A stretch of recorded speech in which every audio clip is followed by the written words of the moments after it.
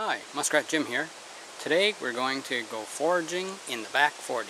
See what we can find. This is lamb's quarters. It's a weed that grows lots of disturbed soils. Here it's growing next to my deck. And you can tell it because the undersides of the leaves, well, the shape of the leaves is the shape of the leaves for sure, but on the underside of the leaves it's kind of a creamy, powdery white. Let's see if I can show you that here. The wind's kind of blowing there. So you can see that underneath the leaf it's powdery white. Anyway, this will produce some little tiny flowers, like they're starting there now, and it'll turn into little black seeds. And the seeds can be cooked into a gruel, or dried and then crushed and turned into flour. And then the leaves can be boiled as a pot herb. So that's lamb's quarters. This is a dandelion. It grows everywhere. As you can see, it's growing in between my driveway and my cement wall. Anyway, on the dandelion, quite a bit of it is edible. Some people say the whole thing is edible. But anyway, these flower buds, they say that it can be dipped in batter and then fried. I've never tried it myself, but in a survival situation you probably wouldn't have pancake batter or oil to fry in. So your best bet would be just to boil things, just to make them more tender to eat. The root is it's a long taproot like a carrot, and well, it's skinnier than a carrot and it's white. Anyway, that can be roasted and ground and then brewed into a coffee substitute. Let's see, the unopened flower heads, I don't see any here. But anyway, if you pick them before they open and then you boil them for a couple of minutes in water, they'll taste just like fiddleheads, but they cook a lot faster than fiddleheads, and they're more nutritious than fiddleheads. And also, what was the other thing? Right, fiddleheads are slightly toxic, so you can't eat a whole lot of them. But dandelions, on the other hand, you can eat those all the time. Now, as far as the leaves go, these are older leaves because it's already produced a flower. Now, if I go over here, you can see these younger leaves. These are the leaves that you would choose to eat, and you can just boil those as a pot herb.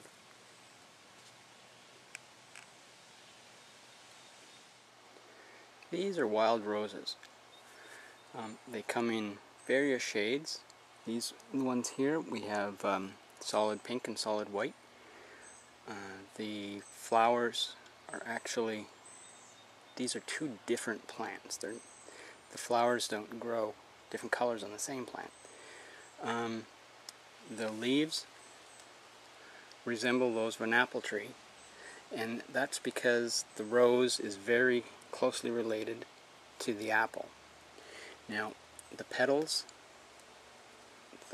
are edible raw, so you can just throw them into a salad. And over here we have what's left of the flower after the petals fall off. It's called a rose hip, and they'll ripen towards the late summer.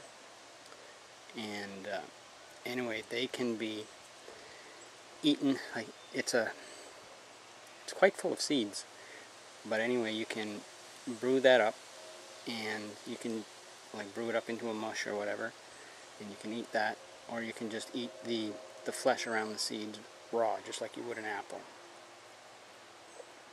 The leaves can be brewed up into a tea. Now, with roses, you have to be careful of the thorns. So this is on second year growth. You can see first year growth, where the stem is actually green instead of brown. This is a primrose. It very much resembles a dandelion, except that the flower stalk is actually furry, and the leaves aren't toothed like a dandelion. They're actually oval shaped or lance shaped, and they're quite hairy as well, but it grows like a rosette of leaves around the bottom. You can eat the flowers and the leaves just like you would dandelions. So you can boil or fry those, and you can boil the leaves as a pot herb. This is another example of a primrose, except that this one has several flowers on a single stalk. And I don't know if you can see that, but the stalk is quite hairy. It looks like thorns, but it's just hairs. And then down here we have the lance-shaped leaves. They don't have any teeth, but they are hairy.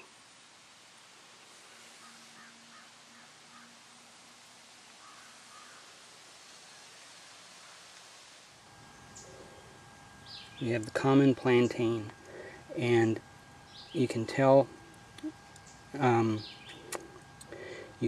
it by the way the leaves grow.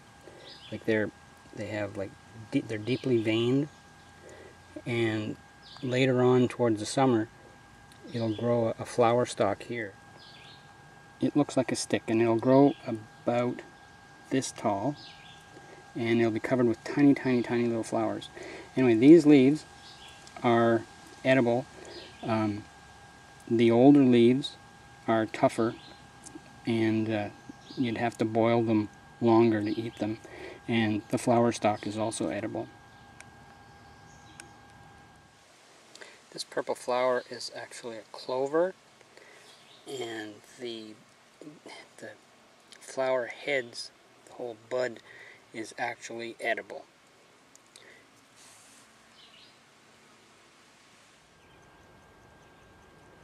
This is a spruce. You can tell because the needles grow all the way around. The needles grow all the way around the twigs. This is fresh growth on the spruce tree, this whole segment. And that is both edible, or you can drink the tea from it by steeping it in boiling water, and very high in vitamin C.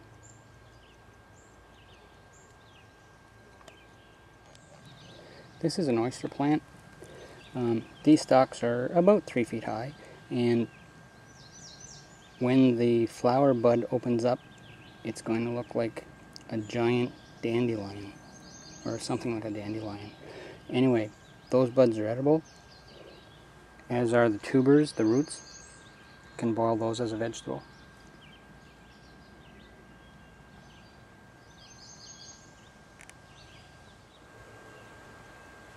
This is one variety of grass, and this is the seed head. Now the grass stems, well actually, this is about almost 3 feet high. The grass stems, you can chew those, and you'll get some nutrients out of the core of them. And then the flower heads, you can boil those into a mush, almost like an oatmeal, and that is another survival food. Over here we have a different variety of grass, and again the seeds, same thing. You can boil them into a mush, and it will keep you alive. Thanks for joining me for this episode of Foraging in the Back 40.